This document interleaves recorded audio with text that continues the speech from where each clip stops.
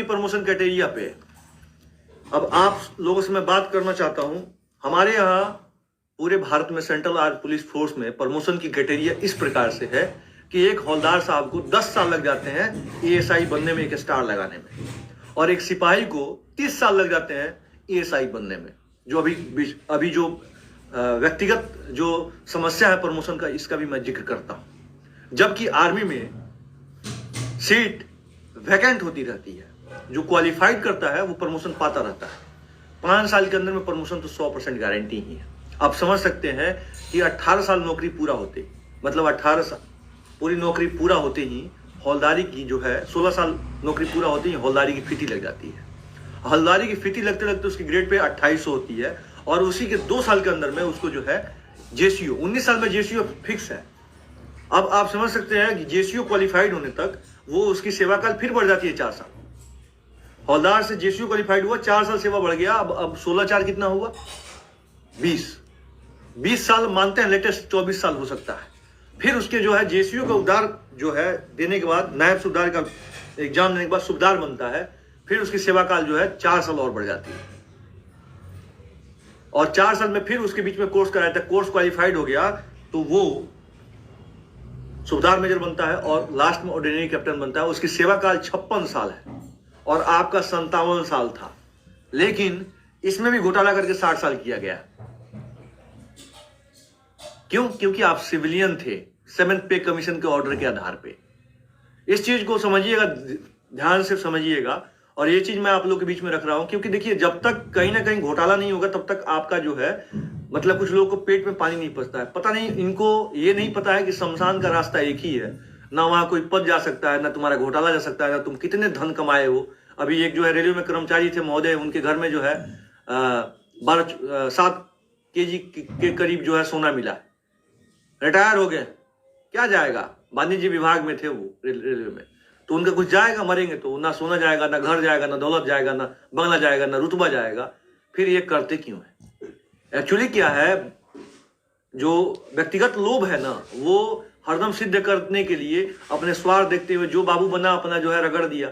जैसे अभी प्राय देखने में आता है कि जिसका टीए है तड़ाक से निकल जाता है अगर ऑफिस में है तो, बाकी लोगों का टीए जो है कुछ लेट से निकलता है।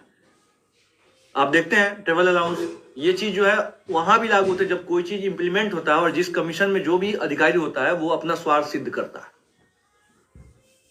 और इस स्वार्थ सिद्ध करने के कारण जो है भागवन खंड 3 में स्पष्ट किया गया है कि एसीपी स्कीम का जो है किस प्रकार से सेंट्रल आर्म पुलिस फोर्स और आर्मड फोर्स में लागू किया गया था, क्यों किया गया था, इसका क्या बेनिफिट था, प्रमोशन की क्राइटेरिया इतनी लीट क्यों थी। देखिए इसको भी चैलेंज करेंगे, ऐसा नहीं है कि चैलेंज नहीं करूंगा, चैलेंज करूंगा, और दावे के साथ चैलेंज करूंगा, लड़ूंगा केस, ऐसा नहीं है। लेकिन मैं एक ही चीज मैं थोड़ा देखता हूं तो मुझे थोड़ा दुख होता है।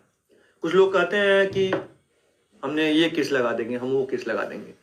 केस, कोई भी केस लगाने के बाद उसका निगेटिव अगर इंपैक्ट पड़ जाता है तो उससे क्या होता है कि कोई भी चीज को लड़ने में बहुत दिक्कतों का सामना करना पड़ता है। कुछ दिन पहले एमएससीपी का मामला आया था आप लोग के बीच में कि सुप्रीम कोर्ट ने बोला कि एमएससीपी जो है 1/9/2008 से लागू, मैं भी बोल रहा हूँ 1/9/2008 से लागू होनी चाहिए, लेकिन लागू होनी चाहिए तो वो 8/16/24 लागू होनी चाहिए, लेकिन वो लागू नहीं हो सकता है। कुछ लोगों का कहना ये था, कुछ लोगों ने कहा कि नहीं अब सुप्रीम कोर्ट से केस हार गए, हम हार गए तो आप भी नहीं लड़ पाओगे। और इसकी एडवोकेट आपको मैं बता दूं, भारत के टॉप एडवोकेट सर्विस मामले में सुप्रीम कोर्ट की उच्च का मतलब उच्च, सबसे श्रेष्ठ, और श्रेष्ठ होने के नाते नाते उनका एनरोलमेंट जो है 200 कुछ समथिंग है। उनके साथ के सभी लोग जज बन चुके हैं। उनके सीनियर जो है आदरणीय उपराष्ट्रपति धनखड़ साहब है, मैंने उनको हायर करने का काम किया। उन्होंने एक आदमी का फीस 1.25 लाख रुपए की उनकी फीस मैम की थी। फिर मैंने बोला मैम आप, बोली मैं 2 लाख रुपए लूंगी जीतने के बाद। वो जीत ली तो 2 लाख रुपए फीस हो गया। वो भारत की इकलौती उस मैटर में केस जीतने वाली मैडम। फिर मैम से मैंने हाथ पैर जोड़ा तो बोली नहीं मैं 1 करोड़ रुपए लूंगी और आप 1 करोड़ रुपया दोगे। मैं ऑन कैमरा बोल रहा हूं, ऑन रिकॉर्डिंग मेरे पास है। मैंने बोला मैडम आप केस लड़िए, मैं 1 करोड़ रुपया दूंगा। आप ये समझिए जिसमें आपने 25-30 लोगों का देखा, नाम देखा, आदरणीय अंकुर छिब्बर सर हैं, उसके बाद अंकिता पटनायक मैडम है, उसके बाद और भी कोई लोग हैं, तो सब किसी का अपने अपने, जिसका ज्यादा केस होता है उसकी केस में वो सीनियर जो है एडवोकेट होता है, वो केस को जो है हैंडल करता है, वो खुद आर्गुमेंट्स करता है और कोर्ट उसको अधिकार देती है। तो मैडम को अधिकार दिया गया था। तो इस मैटर में हम पे आरोप प्रत्यारोप लगाया गया कि, और जिस आदमी को मैंने साइन कराया 1 रुपया नहीं दिया, मैंने 5 लाख रुपया दे के मैडम को बोला वकालतनामा साइन की, वो आदमी भाग गया। मैं दुखी, मैंने इतना जिंदगी में फेस किया कि मैं क्या करूं। ऐसे ही पेंशन के मामले में मेरे पास मामले थे। फिर 8 लाख रुपया दिया तो फिर दूसरे किसी का केस मैडम ने लिया। उसके बाद मैंने उनको बोला कि भैया पैसा दो, इनको केस लड़ा जाए। और आज डंके की चोट पे कह सकते हैं कि ग्रेड पे के मामले में एमएससीपी के ऑर्डर को चैलेंज करते हुए हम कोर्ट गया, कोर्ट ने केस एक्सेप्ट कर लिया। कुछ लोगों ने, एक व्यक्ति ने हरदम ऑडियो जारी करता है, बोलता है कि फौज को भड़काती है। ये बताइए हमारे आने के बाद क्या आप लोगों में जोश आता है कि नहीं आता है? आप ही लोग इस पे कमेंट बॉक्स पे कमेंट कीजिएगा।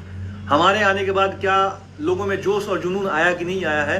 मैं दावे के साथ कह सकता हूं 20 के बाद इतने लोगों के जोश और जुनून पैदा हो गए कि हर साथ दुख सुख में रहे। और मैं कहता हूं, मैं जब तक जिंदा रहूंगा तब तक पैरामिलिट्री फोर्स के एक एक आदमी, वो चाहे किसी भी रैंक का, वो चाहे मेरा अधिकारी है या चाहे मेरा जवान, सबसे नीचे रैंक का लोग कहते हैं, वो अपने आप को, कुछ लोग कहते हैं मैं सबसे छोटा रैंक पर, मेरा भाई है वो। और उस सभी लोग के जोश और मोराल को मैं अपर रखूंगा, बेशक जो भी कुछ हो जाए, मुझे कोई फर्क नहीं पड़ता है। क्योंकि राष्ट्र सर्वोपरि, और राष्ट्र सर्वोपरि में जो अपनी पूरी ताकत लगा के जो है ड्यूटी देता है, क्योंकि अब चैलेंज आप उसके सामने खड़ा है।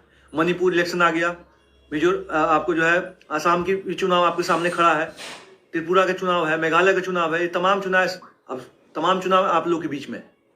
और इस चुनाव को लेकर जो है हरदम हमारे जवान प्रिपेयर होते रहते हैं। फिर उसके बीच में उनका परिवार भी है, बहुत समस्याएं हैं, जिनकी नए लड़के उनकी शादियां होने वाली है। अभी वो बेचारे ट्रेनिंग, कुछ बच्चे ट्रेनिंग कर रहे हैं, कुछ ट्रेनिंग करके आए हुए हैं, तो तमाम चीजें उनको फेस करना है। लेकिन मैं ये जानता हूं कि एंजॉय के तौर पे लेना है, और उनके लिए मैं पूरी तमाम चीजें ढूंढ ढांड के मैं रेडी रखता हूं। मेरा काम है stress counsellor, education and stress counsellor होने के कारण मेरा अपना व्यक्तिगत ये राय होता है कि हमारे जवानों को तमाम मोरल वैल्यू बढ़ाने के लिए तमाम तरीके से काम करें। मैं ये जानता हूं कि पैरामिलिट्री फोर्स के लोगों को अगर मैं उनको अपने वैल्यू को नहीं जानने दूं, तब तक उनकी वैल्यू वो खुद नहीं पहचान पाते हैं, क्योंकि उनके पास टाइम ही नहीं है। देखिए, आप लोग बीच में स्पष्ट कर देते हैं, कुछ लोग गृह मंत्रालय में बैठते हैं, कुछ लोग वित्त मंत्रालय में बैठते हैं, कुछ लोग जो है रक्षा मंत्रालय में बैठते हैं, कुछ जो है सेंट्रल आर्म पुलिस मिनिस्ट्री नहीं है कि वहां नहीं बैठते हैं। लेकिन इनकी वैल्यू क्या है? अलग अलग है। जब रक्षा मंत्रालय में आते हैं उसकी वैल्यू क्या होती है? अलग हो जाती है। मतलब आप एक प्रकार से देखिए, आपकी वैल्यू मैं बताता हूं, और ये वैल्यू बताने के कारण ये है कि पैरामिलिट्री फोर्स के लोगों को अपनी वैल्यू समझ में आए, क्योंकि आप अपनी वैल्यू को नहीं समझिएगा तब तक दूसरा कोई आपको इज्जत नहीं देगा। और इसी को, मोराल को अप करने के लिए मैं आप लोग बोलता हूं कि आपकी वैल्यू बहुत ज्यादा है। जैसे गाड़ी में हीरो होंडा है, बजाज है, उसके बाद जो है यामाहा है, लेकिन वहीं पर रॉयल इनफील्ड है, जो इस समय हर व्यक्ति के पास सोचता है कि रॉयल इनफील्ड रखे। यही वैल्यू बढ़ गई। हर किसी की घड़ी में जो है सोनाटा है, टाइटन का है, उसका फास्ट ट्रैक का है, वहीं रोलेक्स का पहन लेते हैं, तो आपका वो समय बताता है। मैं वही आपको बताता हूं, पैरामिलिट्री फोर्स का समय बता रहा है कि आप सबसे श्रेष्ठ हो। हम एक्ट एंड रूल पे बात करते हैं। ये तमाम एक्ट एंड रूल को मैं चैलेंज करने के लिए ये निचोड़ मैं आपको लोगों के बीच में रख रहा हूं। इस निचोड़ को जो देखिएगा ध्यान से, इसमें नहीं दिखाई देगा, ये निचोड़ को जो है हर दम इस निचोड़ को आप लोगों के बीच में रखा जाएगा। तो आप अपनी जो चीजें आप लोगों को बताई जा रही है, 6 पे कमीशन में कहां लूप होल था, 1997 में क्या लूप होल था, एसीपी के समय क्या लूप होल हुआ पैरामिलिट्री फोर्स में, फिर नायक लांस नायक को हटाने के बाद क्या लूप होल और उसकी परिणाम क्या हुआ, वो आप लोग के बीच में है। तो ये तमाम चीजें ये चीज जो है, अगर आप डॉक्यूमेंट की बात करेंगे तो ये डॉक्यूमेंटेशन भारत सरकार की गजट में मिलेगा। और गजट, कोई भी गजट होता है, माननीय भारत सरकार के राष्ट्रपति महोदय के द्वारा पारित किया जाता है। अब राष्ट्रपति महोदय किसको देते हैं उसकी अथॉरिटी, तो ये भी चीज मैं क्लियर आज कर देता हूं। और करना भी जरूरी है, क्योंकि जानकारी बहुत अच्छी है, नॉलेज जो है ना अपने लिए है, आपके लिए है। गजट जो है गृह मंत्रालय के द्वारा जितनी विभाग है, 101 विभाग गृह मंत्रालय देखती है, और सब छोटे मोटे लेके, ठीक है। बाकी वो क्या और देखती है मैं नहीं जानता, क्योंकि मुझे अपने से व्यक्तिगत से मामला है। लेकिन रक्षा मंत्रालय अलग है। आपके 2 चीजें आप लोग के बीच में होना चाहिए, और ये चीज मैं रख दूं। एक तो होते हैं गृह सचिव, और एक होते हैं केंद्रीय सचिव, जिसको कैबिनेट सेक्रेटरी बोलते हैं, और एक बोलते हैं आपको होम सेक्रेटरी। कैबिनेट सेक्रेटरी और होम सेक्रेटरी के थोड़े से पद में थोड़ा सा अंतर हो जाता है, पावर में थोड़ा पावर तक मतलब ज्यादा हो जाता है। अब पावर किस प्रकार से होता है, कैबिनेट सेक्रेटरी जो है वो तमाम जो है रक्षा मंत्रालय, राष्ट्रपति भवन, ये तमाम चीजें वो उनके अंडर में आता है। लेकिन होम सेक्रेटरी हैं, उनके अधीन में तमाम गृह मंत्रालय, गृह विभाग के तमाम जो विभाग हैं उनके अधीन में आता है।